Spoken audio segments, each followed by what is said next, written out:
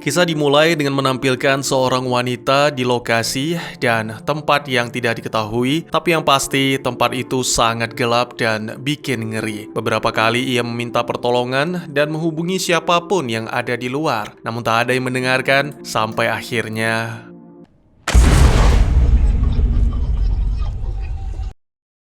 Ya, apa yang sebenarnya terjadi? Selamat datang dan selamat berjumpa kembali bersama saya Teguh Gusto. Bagaimanapun kabar dan dimanapun kalian berada, saya doakan semoga teman-teman sekeluarga sehat-sehat saja serta dimudahkan rezekinya. Seperti biasa, saya akan bercerita tentang sebuah film yang menegangkan berjudul The Ruins. Film ini dirilis pada tahun 2008, disutradarai oleh Carter Smith, serta dibintangi oleh para aktor dan aktris. Pastinya tidak asing lagi buat teman-teman yang tentunya sudah kenalan. Baik, jangan kelamaan, segera itu kopi disiapkan. Dan mari cerita kita lanjutkan. Adegan kemudian berpindah menampilkan dua gadis manis yang bersahabat, Amy dan Stacy, sedang berlibur di Meksiko bersama kekasih mereka, Jeff dan Eric. Saat sedang bersukaria dalam kegembiraan, tiba-tiba saja Amy menyadari bahwa antingnya hilang. Mereka semua pun mulai mencari, sampai akhirnya seorang turis asal Jerman mengembalikan, mengaku menemukannya di kolam renang. Diketahui bahwa turis itu bernama Matthias. Sebagai tanda terima kasih, kelompok sahabat mengundang si pria Jerman untuk minum bersama. Dalam basa-basi perkenalan, Matthias menceritakan bahwa dia sebenarnya datang bersama saudaranya Heinrich, seorang arkeolog yang saat ini tidak diketahui di mana. Sebenarnya ini bukanlah pertama kalinya Heinrich menghilang, tapi karena penasaran, Matthias memutuskan untuk mencari ke situs penggalian karena diketahui bahwa terakhir kali Heinrich sedang menjalankan penelitian di sebuah reruntuhan kuno di hutan terpencil milik penduduk Maya yang tidak ada dalam peta manapun. Matthias tidak sendiri karena ada beberapa rekan dari Yunani yang menemani, salah satunya bernama Dimitri yang sepakat untuk menuju ke lokasi esok hari. Iseng, Matthias pun mengajak kelompok sahabat untuk ikut karena siapa tahu mereka berminat dan ternyata, ya, kelompok sahabat pun menyetujui dengan senang hati. Saat petang, mereka semua melanjutkan kesenangan di pantai dengan minum-minum dan berdansa. Amy berharap Jeff mau menemani, tapi sepertinya sang pacar sudah kelelahan dan memutuskan untuk kembali ke hotel lebih awal. Sebagai gantinya, Amy mengajak Matthias untuk menari bersama, dan ini diperhatikan oleh Stacy dan Eric dengan firasat buruk. Oleh karena itu, segera mereka menghentikan Amy dan membawanya kembali ke hotel untuk beristirahat. Keesokan harinya, semua melakukan persiapan. 4 sahabat melakukan hal umum, 2 rekan Yunani masih menikmati mimpi di pantai, sementara Matthias dan Dimitri menikmati sarapan sembari membuat peta salinan untuk berjaga-jaga. Beberapa waktu kemudian, kelompok sahabat, Matthias dan Dimitri turun di stasiun bus. Mereka kesulitan mencari tumpangan yang bersedia membawa ke lokasi reruntuhan berjarak 18 km, sampai akhirnya memohon kepada seorang supir lokal. Awalnya supir itu menyarankan agar mereka sebaiknya pergi ke tempat lain karena reruntuhan kuil yang dimaksud bukanlah tempat yang baik untuk dikunjungi. Namun tetap saja kelompok itu bersikeras, bahkan menawarkan bayaran 2 kali lipat yang sangat sulit untuk ditolak. Dan akhirnya supir pun menyetujui dengan syarat pemberhentian di titik tertentu. Ya, beberapa waktu kemudian, setelah melakukan perjalanan, kelompok itu diturunkan di tengah hutan dan terpaksa melanjutkan dengan berjalan kaki. Amy merasa khawatir, apalagi melihat kemunculan bocah pedalaman dengan wajah murung, seolah menyayangkan kehadiran kelompok itu. Amy bertanya, bagaimana mereka bisa pulang nanti? Namun Matthias menenangkan karena dia memiliki ponsel satelit yang bisa menangkap sinyal dimanapun dan pastinya bisa digunakan untuk menghubungi taksi. Setelah itu, dengan berpedoman pada peta, segera mereka melanjutkan perjalanan untuk masuk lebih jauh ke dalam hutan. Di tengah perjalanan, kelompok itu menemukan mobil Jeep Heinrich yang ditinggalkan, memastikan bahwa mereka sudah berada di jalan yang benar.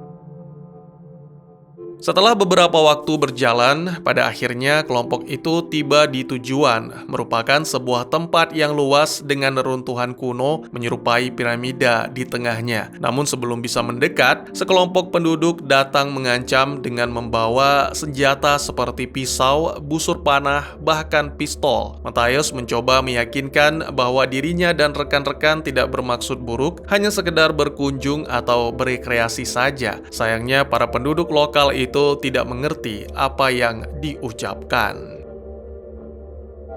Setelah itu, Amy yang berdiri di belakang terus mengambil foto dengan kameranya seolah tidak peduli dengan situasi. Tanpa sadar dia menginjak tanaman merambat dan seketika para penduduk lokal pun semakin berang. Berpikir bahwa kamera yang menjadi masalah, Dimitri mencoba memberikannya sekaligus meminta maaf. Namun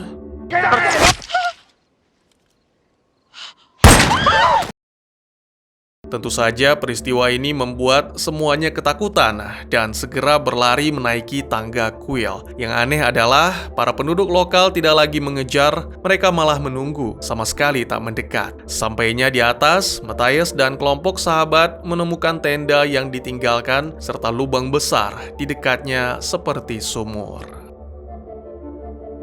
Kepanikan semakin menjadi setelah mengetahui bahwa wilayah itu tidak tercover sinyal. Ditambah lagi, Matthias mengaku bahwa ponsel satelitnya disita seorang pria yang sepertinya salah satu penduduk lokal. Satu-satunya harapan adalah Heinrich yang mungkin sudah mengenali tempat itu dan bisa berkomunikasi dengan para penduduk. Namun sangat disayangkan, ternyata kini pria yang dimaksud sudah berstatus ALM.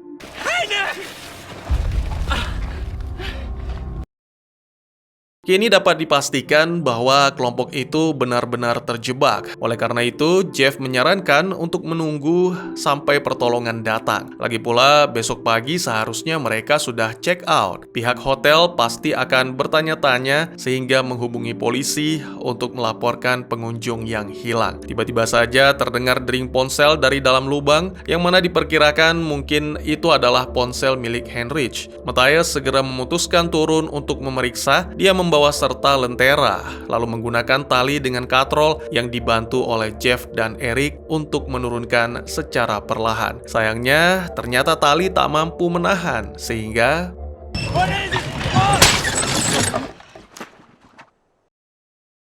merasa khawatir, anggota kelompok yang tersisa memutuskan menurunkan salah satu dari mereka untuk menolong Matthias. Saat para pria memperbaiki tali, Stacy mengajukan diri, tak punya pilihan, mereka kemudian mengikat tubuh gadis itu dengan tali, lalu segera menurunkan. Lagi-lagi, sangat disayangkan, talinya tidak cukup panjang, jadi mau tidak mau Stacy harus melompat. Dan alangkah malangnya gadis itu karena kakinya mengenai pecahan lentera. Meskipun kesakitan, tapi Stacy memberanikan diri untuk mengeluarkan pecahan kaca dan menutup lukanya menggunakan kain. Dia kemudian melihat sekeliling sampai akhirnya menemukan Matthias terbaring lumpuh. Sadar tak mampu mengangkat Matthias sendirian, Stacy pun meminta yang lain untuk memikirkan cara. Amy menyarankan untuk turun dan meminta bantuan penduduk setempat yang menunggu di bawah. Meskipun Jeff mengatakan itu berbahaya, tapi Amy tidak mungkin membiarkan sahabatnya begitu saja tanpa mencoba melakukan sesuatu. Saat gadis itu turun, Jeff mengikuti. Penduduk setempat yang melihat pasangan itu tanpa ragu segera mengarahkan senjata, mengisyaratkan tidak peduli, dan bahkan memaksa pasangan itu kembali. Ini membuat Amy yang putus asa menjadi marah sehingga melempar tanaman merambat yang mana mengenai seorang bocah. Para penduduk pun seketika menjadi takut sehingga mereka juga mengancam bocah laki-laki itu seolah-olah dia menjadi sesuatu yang tak bisa disentuh. Bahkan meskipun telah berusaha menjelaskan, tapi para penduduk tanpa ampun mengeksekusinya.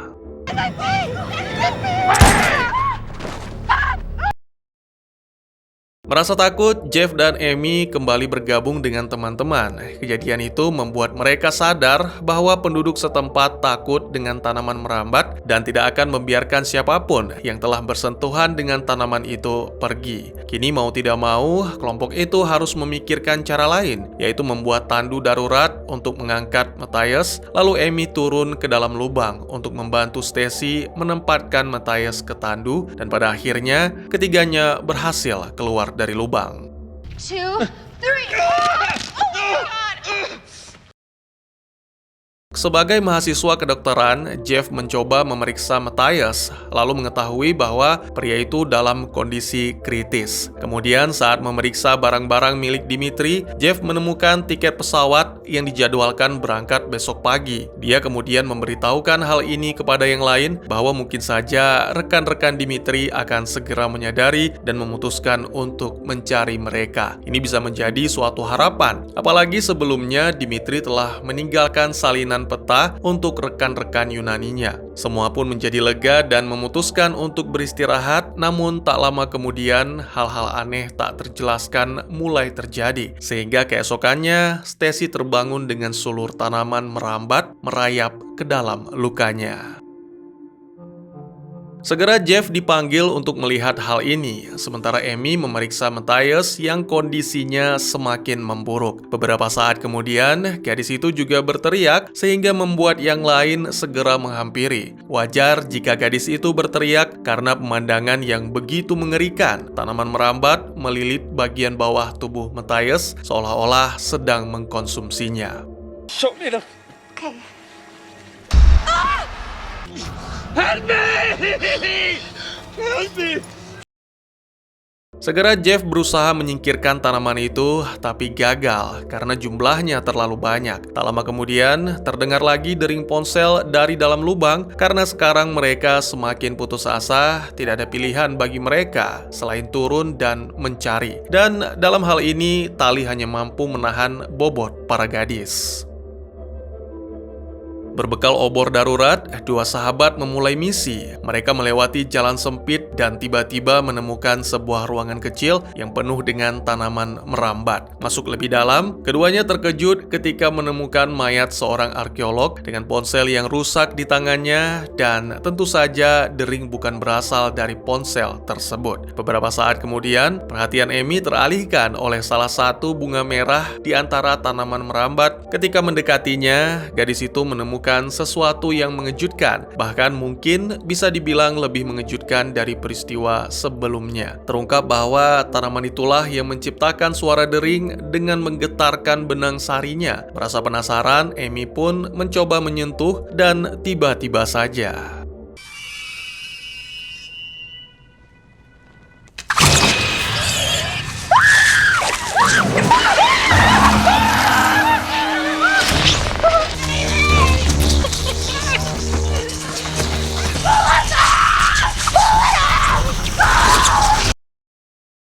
kembali ke permukaan. Amy menceritakan semua yang ia lihat di dalam sana. Gadis itu mendesak rekan-rekannya agar segera pergi meninggalkan tempat itu karena percaya bahwa mereka sengaja ditahan di sana untuk diserahkan kepada sesuatu yang jahat yang bersembunyi di reruntuhan tersebut. Namun Jeff mengingatkan tentang penduduk setempat yang masih menunggu di bawah dengan senjata. Jadi satu-satunya solusi adalah menunggu bantuan. Hanya saja yang menjadi masalah saat ini adalah kondisi Matthias yang semakin memburuk. Setelah kembali memeriksa, Jeff menjelaskan sesuatu yang kurang menyenangkan, bahwa kaki Matthias harus diamputasi karena jika tidak, maka infeksi akan menyebar dengan cepat. Pada awalnya, tentu semua orang menolak usulan tersebut, tapi Jeff menegaskan dengan kondisi seperti ini, mustahil bagi Matthias untuk bertahan hidup. Di tengah-tengah perdebatan itu, Matthias memanggil para rekan dengan suara lemah, meminta mereka untuk melakukan.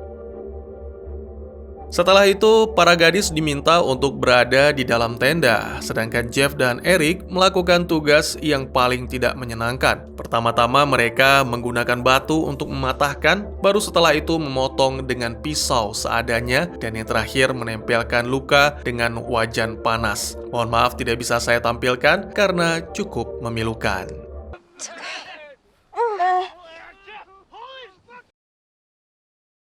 Selanjutnya, setelah selesai, Amy dan Stacy keluar hanya untuk menyaksikan tanaman merambat memakan sisa daging yang menegaskan bahwa tanaman itu adalah jenis karnivora dan mungkin saja sedang menantikan kematian kelompok itu.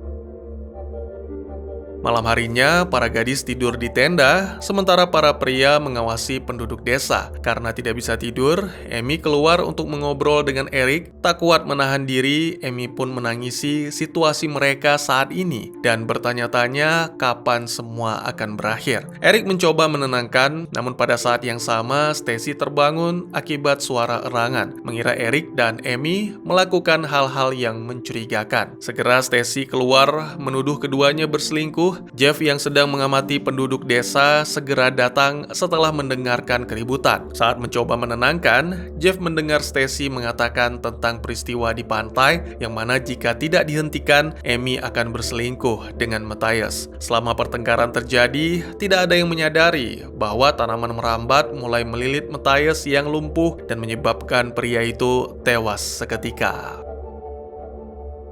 Pagi berikutnya, Jeff dan Amy duduk di puncak tangga sambil menyaksikan matahari terbit. Sepertinya mereka telah menyelesaikan konflik tadi malam. Di saat yang sama, Eric memanggil mereka ke tenda untuk memeriksa Stacy, menunjukkan bahwa tanaman merayap di bawah kulitnya. Jeff kemudian memotong tanaman merambat di kaki dan punggung Stacy, lalu membalut lukanya sebaik mungkin. Tapi setelah itu, Stacy masih merasakan sesuatu di dalam dirinya dan ingin mengeluarkan. Tentu saja rekan-rekan yang lain melarang, mengatakan bahwa itu hanyalah imajinasi belaka. Padahal pada kenyataannya mereka salah karena tak lama berselang terlihat tanaman bergerak di balik kulit dahi Stacy. Ya, meskipun begitu mereka berusaha menyembunyikannya dari Stacy dan menyarankan agar gadis itu beristirahat.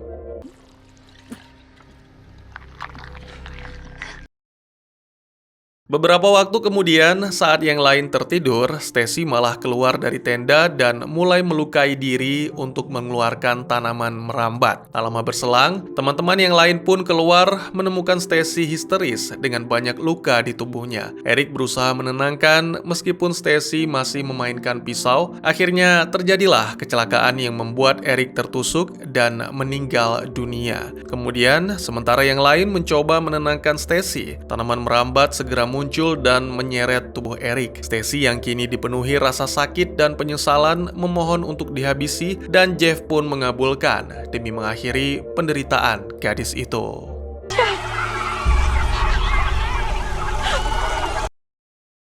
Tak ada lagi yang bisa dilakukan Jeff selain menyelamatkan sang kekasih. Dia menyusun rencana agar Amy bisa melarikan diri. Selanjutnya, Jeff menggunakan darah Stacy untuk dioleskan ke Amy, supaya seolah-olah Amy terlihat sudah mati. Kemudian Jeff pun memprovokasi para penduduk lokal mengancam akan melarikan diri, sehingga mereka tidak memperhatikan Amy. Suasana pun semakin tegang, dan saat itulah Amy mulai beraksi menuju ke mobil Heinrich, lalu melarikan diri. Sementara itu, Jeff ditembak dengan beberapa anak panah sebelum pemimpin dari penduduk itu menghabisinya. You're not gonna die in this fucking hell!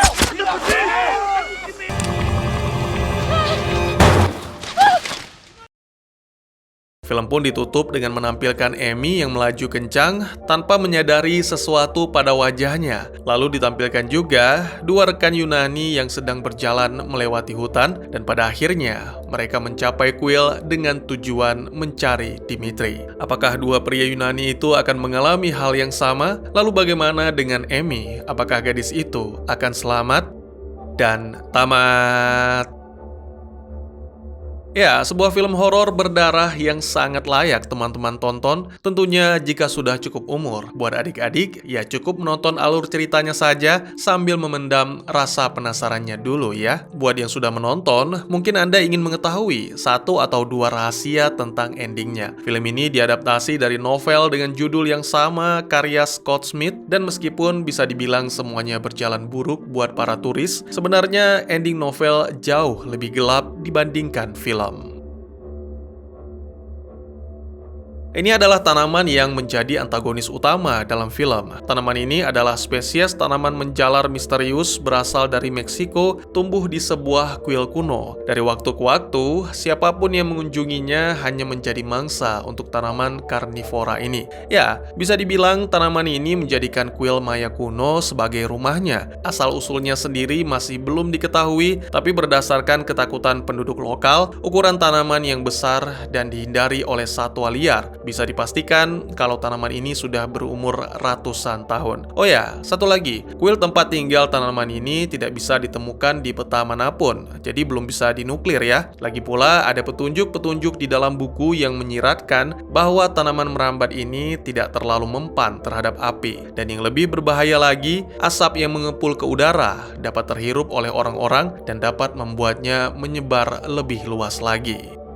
Ya, saya pikir tidak salah jika dikatakan tanaman merambat berada di puncak rantai makanan di daerah itu. Bahkan manusia pun takut dibuatnya. Tanaman ini terlihat cerdas karena bisa mengincar mangsa dan membuat jebakan. Selain itu, mereka bisa memancing mangsa dengan suara-suara yang familiar. Bunga merah tanaman ini terbukti bisa meniru berbagai macam suara dengan sangat tepat. Tanaman ini tidak perlu mendengar suara tertentu untuk menirukannya, dan bahkan bisa meniru suara buatan seperti dering ponsel. Dalam bukunya, bahkan tanaman ini seolah berbicara. Dia memberitahukan kepada para penyintas bahwa telah memakan Matthias.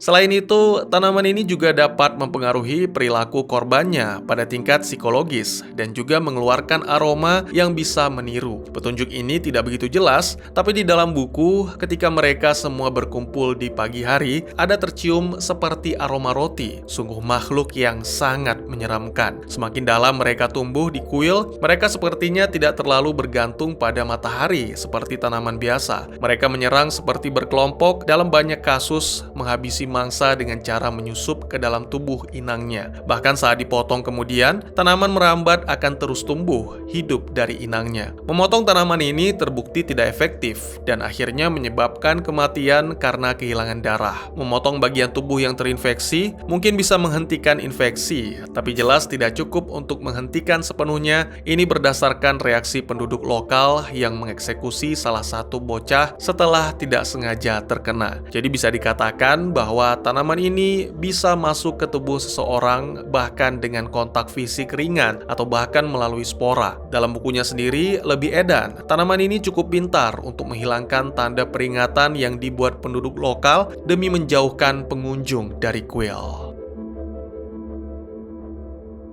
Memang menarik untuk menghubungkan tanaman merambat dengan praktik pengorbanan darah Maya kuno. Teori bahwa tanaman ini mungkin mendapatkan selera darahnya dari pengorbanan Maya cukup masuk akal. Ada kemungkinan bahwa tanaman ini berevolusi atau berubah karena terus-menerus terpapar darah manusia dalam ritual tersebut.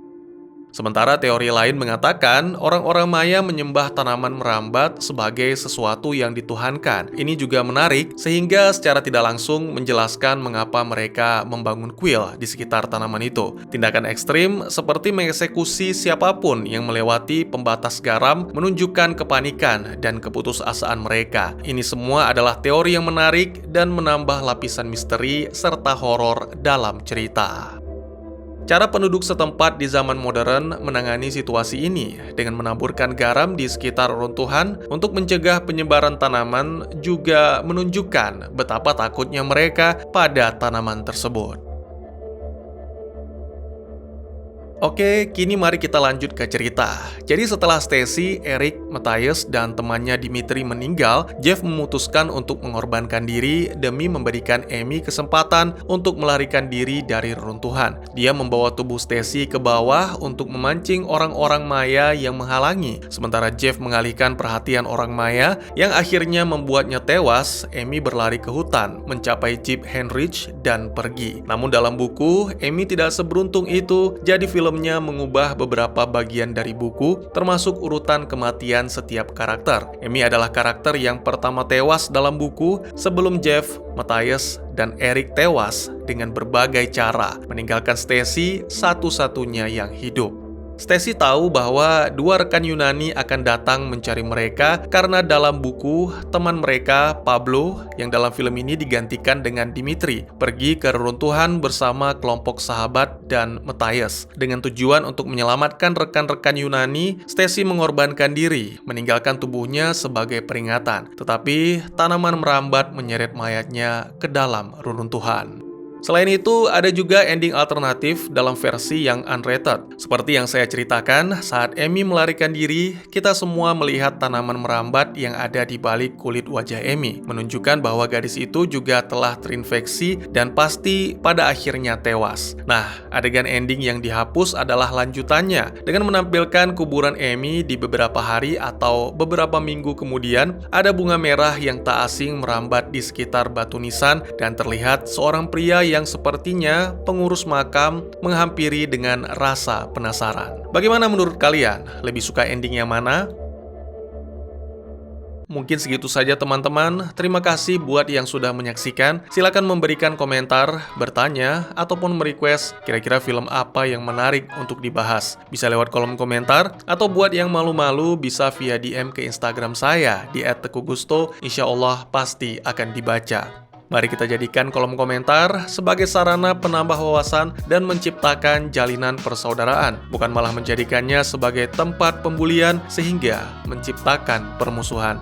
Jangan lupa untuk dukung terus channel ini dengan cara share, like, dan subscribe, karena dukungan dari kalian sangat berharga bagi saya demi perkembangan channel ini. Saya Gusto, sampai jumpa di video selanjutnya. Tetap semangat, tetap bersyukur setiap hari. Dadah!